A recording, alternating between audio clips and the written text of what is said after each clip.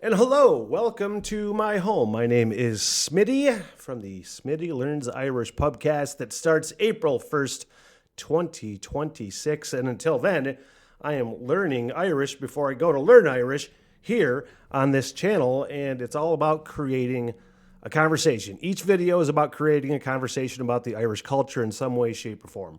Music, history, politics, mythology, you name it. We're going to talk Irish here.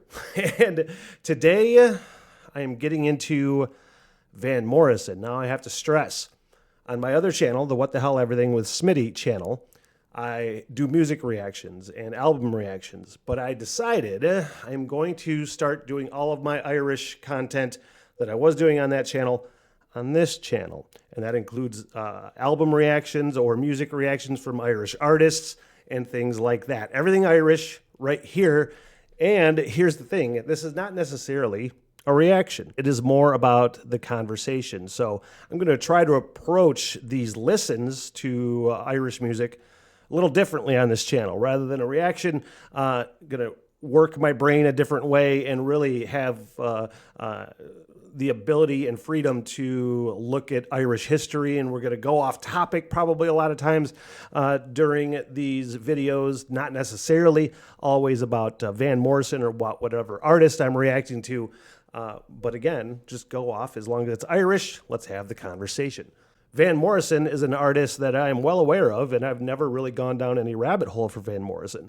And I've known many songs like Brown Eyed Girl and Into the Mystic and Moondance, and I think Them, his first band, a few from them, Gloria and Baby Please Don't Go. There's another couple in there that I know as well, but never really gone down the rabbit hole and always really loved Van Morrison. And especially now that I'm getting into Irish music, what better time than to get into Van Morrison, one of his most famous albums, maybe the most famous album, and I am aware of this album, having never listened to it, however, Astral Weeks from 1968, I want to say. So let's get to the desk and learn some Irish with Van Morrison, with Astral Weeks from Van Morrison.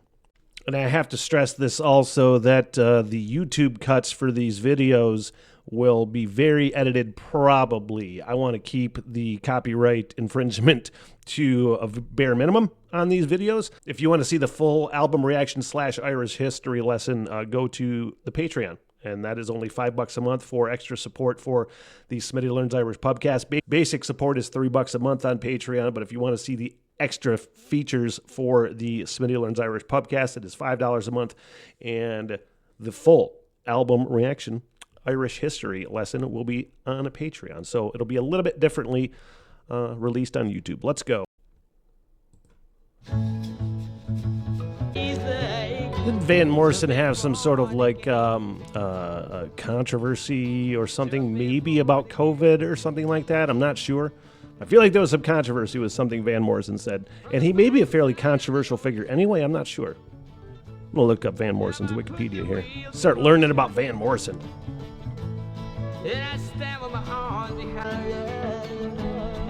Wow. How many albums? I'm just looking at his discography. 50 albums. I am seeing that Van Morrison has, and I knew he was a prolific songwriter. I actually came up with the idea to tackle Van Morrison for this page. The other day I was watching The Last Waltz with the band, that concert movie, for the first time. And I saw Van Morrison on there, guest appearances with Bob Dylan and all kinds of things. I've been getting into Bob Dylan a lot lately, which is why that Last Waltz came up on my algorithm. But I saw Van Morrison on there, and I'm like, man, I've been telling myself for a while I need to really focus on Van Morrison, either on the other page or this page. And that really just kicked my ass into gear. I know this is considered one of the greatest albums of all time. I've known this for a while. I've always heard this album mentioned when I'm looking at lists of greatest albums of all time. And I'm a 1960s rock and roll nerd. 100%. I listen to 1960s more than probably any other genre. And love everything about that sound. And I always listen to music from like a historical perspective. And I love hearing the times with the music when I hear it for the first time.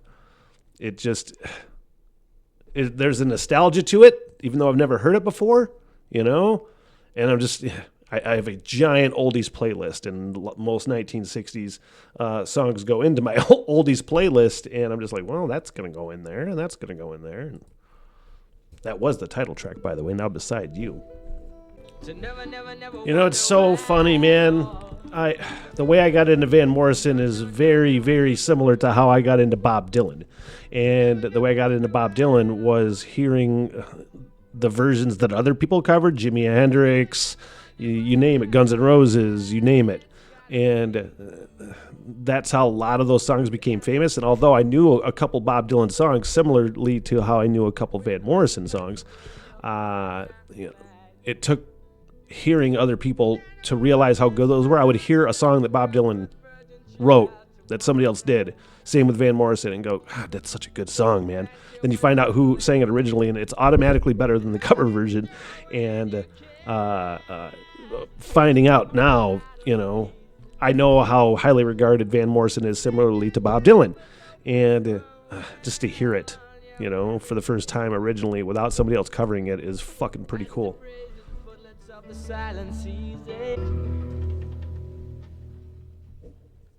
Fantastic. What's next? Sweet Thing?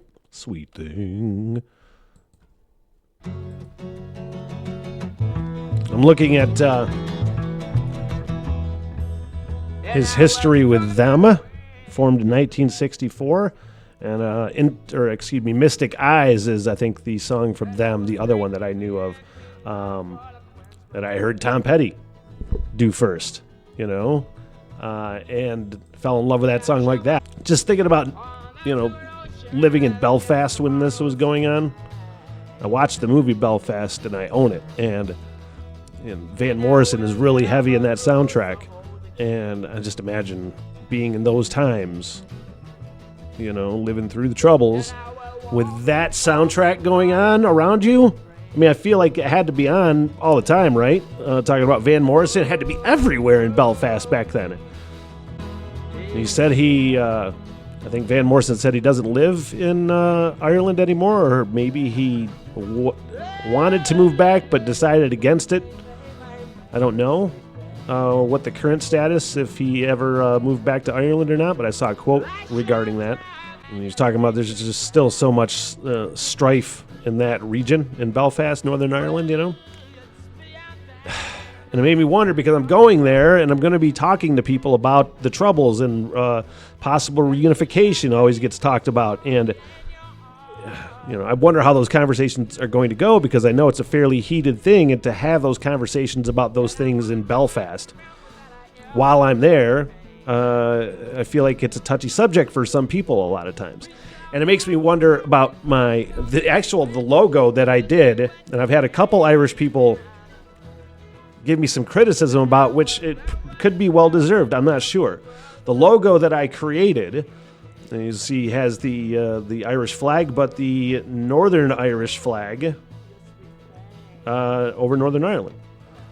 And I really debated about it when I did it. I said, I don't want to be disrespectful to anybody, but especially as somebody who's really trying to fight the image of a dumb American when I'm over there. I'm trying to be as knowledgeable as possible and as respectful as possible to everybody while I'm over there.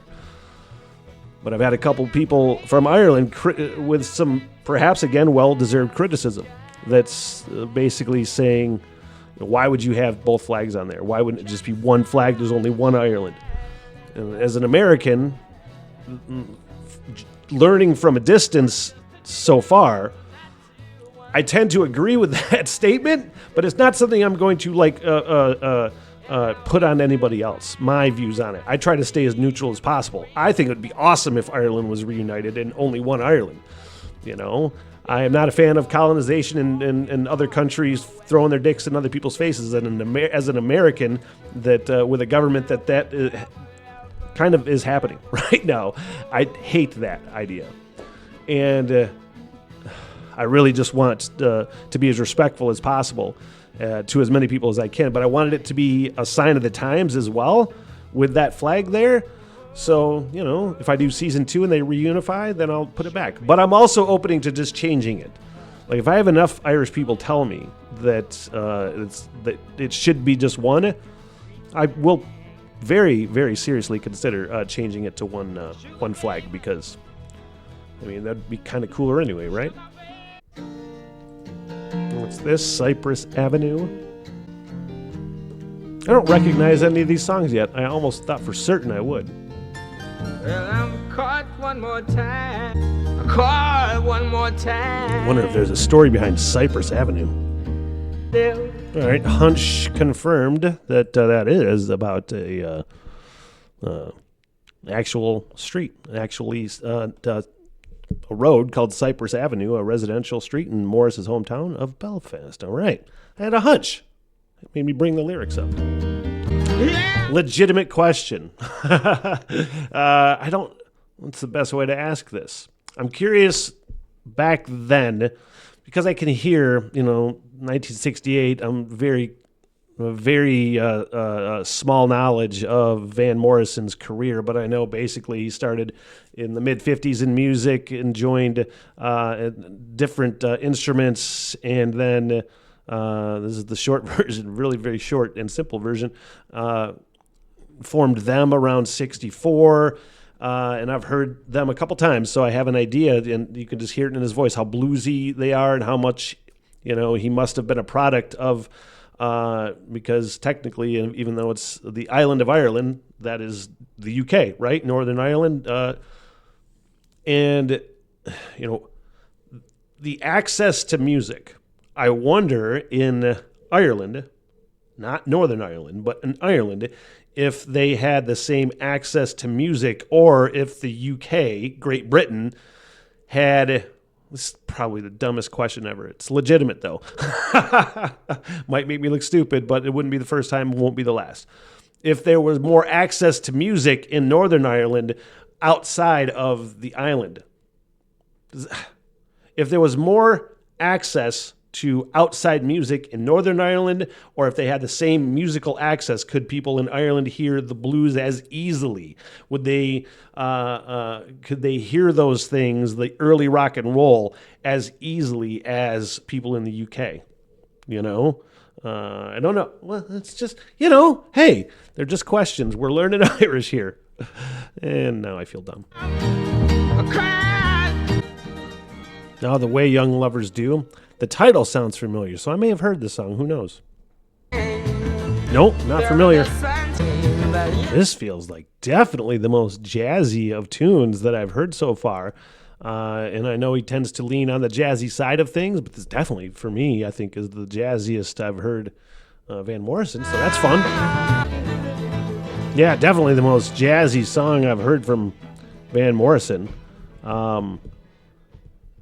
Jazz is something that I'm really trying to get into as well. I watched the movie Whiplash recently too, and it was just like, man, jazz drumming historically is super confusing, and it's always hard for me to catch a groove. I've never really gotten into it. And this was a little help along the right direction, because that was really fun. This is Madam George. He really does have one of the most recognizable voices that you're ever going to hear in music. As soon as you hear him, you know exactly who it is. Are there people that hate Van Morrison? Is he a love or hate sort of artist? I'm trying to think about how, again, comparing to Bob Dylan. I would say if you were to say quality of vocals, Van Morrison totally is a better singer, quote unquote, than I would say Bob Dylan is. But I think Bob Dylan is a love it or hate it artist as well, even though there are many, many more people that love Bob Dylan than hate him. Is Van Morrison on that same sort of parallel, though? God for cigarettes and He's hitting some fantastic notes in these songs. The song's pretty captivating, man. I was reading some of the details on that, and it looks like every single song. You don't see an album very often that every single song is clickable, or every single song has details about the writing or the lyrics or whatever. And every single song on here is clickable. So really just getting into just kind of the poetry of this, you know. Morrison has denied that the song is about a transvestite, as others, including Lester Bangs, have believed. It's originally titled Madam Joy, which he did sing in there, but even though it said something about a drag queen in there, but these lyrics are said that they're kind of perhaps very nonsensical, which is not the right way to put it, but impressionistic, stream of conscious sort of details, not necessarily related. Anyway, it's fucking beautiful and absolute poetry, and that's the important thing. And there's a lot going on in these songs, man. I'm going to talk about layers. What are we getting into? Ballerina? From a 9-minute jam to a 7-minute jam. This one actually sounds like really intriguing. Looks like it's written about an actress in an opera house appearing in a ballet. Man, let's talk about this. Let's talk about this album and the accolades for this album. Legacy and influence. There we go. Critical standing improved greatly over time. It became viewed as, I think it was kind of a dud when it was first released, and over time it became regarded as a classic. Happens with a lot of great artists. Became viewed as one of rock's greatest records and a culturally significant work. Many factors afforded the record is its strong reputation in rock criticism. Okay. Backstory: as a commercial underachiever and highly personal work for Morrison, its distinction from the rest of his discography, his artistic autonomy, the music song cycle composition, the enigmatic lyrics and quality of seriousness and originality as perceived by mature rock audiences and writers. According to Rob Sheffield, it was Morrison's most beautiful and intense album, the foundation for his legend and work that continues to captivate musics and listeners, which is not wrong in the slightest, because I am captivated, man. Man, am I glad that I decided I'm not going to do a reaction video to this, you know, rather than pause it and try to talk about sections that are going on. I'm really just trying to soak it in, and anything that comes up that's a topic we'll get into before we get into the last song, Slim Slow Slider, which sounds really difficult to say 3 times fast. But Slim Slow Slider, going to wrap it up, but I am thoroughly enjoying this. It's been a super fun listen. And hopefully we talked about some fun things, but let's keep it going and wrap it up with Slim Slow Slider. And you could write this about so many musicians, and you know, I've had friends and, you know, family members that have gone down to from alcoholism, from drug abuse, drug addiction, depression, you name it. And it's I know you're dying, baby. I know you know it too. I know this song has at least a little bit to do with drug abuse on some level, and you can hear it. But it's beautiful. It's just, great artists can turn the darkest subjects into something beautiful, and this is no exception. All right, man. Let's get some thoughts. Well, that was fun and educational, and really gained a huge new appreciation for Van Morrison. You know, I looked like he was kind of pigeonholed by a lot of critics anyway, maybe some fans, and pigeonholed into Astral Weeks. Like, that was his apex album. It was never as good, and I think the opinions vary. He continued to do great stuff, and I'm going to continue to go down the rabbit hole. I thought about doing, for the other channel, a 30-day, because I'm really getting into Bob Dylan lately, and I thought about doing a 30 days with Bob Dylan, where I just listen to as much as possible and study as much as I can, and then give like a full report after 30 days. And I actually thought about doing the same thing with Van Morrison, which may or may not happen, but hey, I'm thinking about it. What would you like to see me learn about Ireland, about Irish culture, history, mythology, music, politics, anything Irish? What should I learn before I go? Let me know, and I can make it a video here on the Smitty Learns Irish podcast. Thank you so much for joining me, and please consider contributing to the Patreon page and helping me along my journey as well. Thank you so much, and until next time, Sláinte.